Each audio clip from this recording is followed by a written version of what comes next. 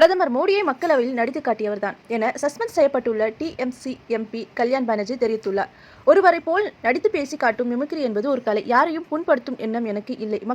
மக்களவையில் 2014 இருந்து 2019 ஆண்டு வரை பிரதமர் மோடியை எதிர்க்கட்சியினரை கிண்டல் செய்து அவர்களை போல் நடித்து காட்டியுள்ளார் என்று தெரிவித்துள்ளார்.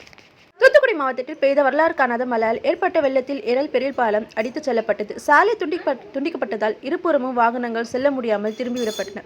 இந்த பாலம் உடைப்பால் ஏரால் குரும்பூர் இடையே போக்குவரத்து துண்டிக்கப்பட்டுள்ளது. இதனால் விவசாயிகள், பொதுமக்கள், வியாபாரிகள் பாதிக்கப்பட்டுள்ளனர்.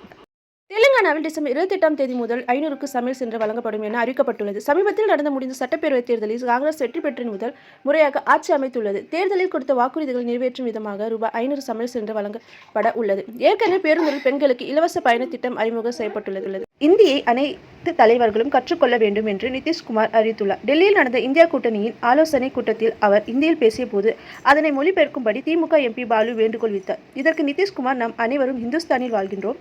தென் மாநில தலைவர்கள் தேசிய மொழி ஹிந்தியை அறிந்து கொள்ள வேண்டும் என்று வலியுறுத்தினார். தென் மாவட்ட வெள்ள பாதிப்புகளை பார்வையிட இன்று திட்டமிட்டிருந்த முதல்வரின் மதுரை பயணத்தில் மாற்றம் செய்யப்பட்டுள்ளது. நாளை காலை 10:15 மணிக்கு நேரடியாக தூத்துக்குடி செல்லும் முதல்வர் அங்கிருந்து நெல்லை, தூத்துக்குடி மாவட்டங்களில் பாதிக்கப்பட்ட பகுதிகளை ஆய்வு செய்கிறார். இதனை அடுத்து இரவு 10:40 மணிக்கு விமானம் மூலம் சென்னை திரும்புகிறார். 2024-25 ஆண்டுக்கான தேர்வு அட்டவணையை தமிழ்நாடு அரசு பணியாளர் தேர்வாணையம் வெளியிட்டுள்ளது. தேர்வு முடிவுகள் வெளியிடுவதில் காலதாமதம் உள்ளிட்ட சர்ச்சைகளில் டிஎன்பிஎஸ்சி தொடர்ந்து சிக்கி வருகிறது.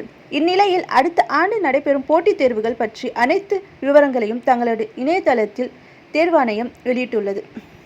தூத்துக்குடி, நெல்லை உட்பட 4 மாவட்டங்களில் மழைநீர் தேங்கியுள்ள பகுதிகளில் விரைவில் மின்சாரம் வழங்கப்படும் என்று சிவதாஸ் மீனா தெரிவித்துள்ளார்.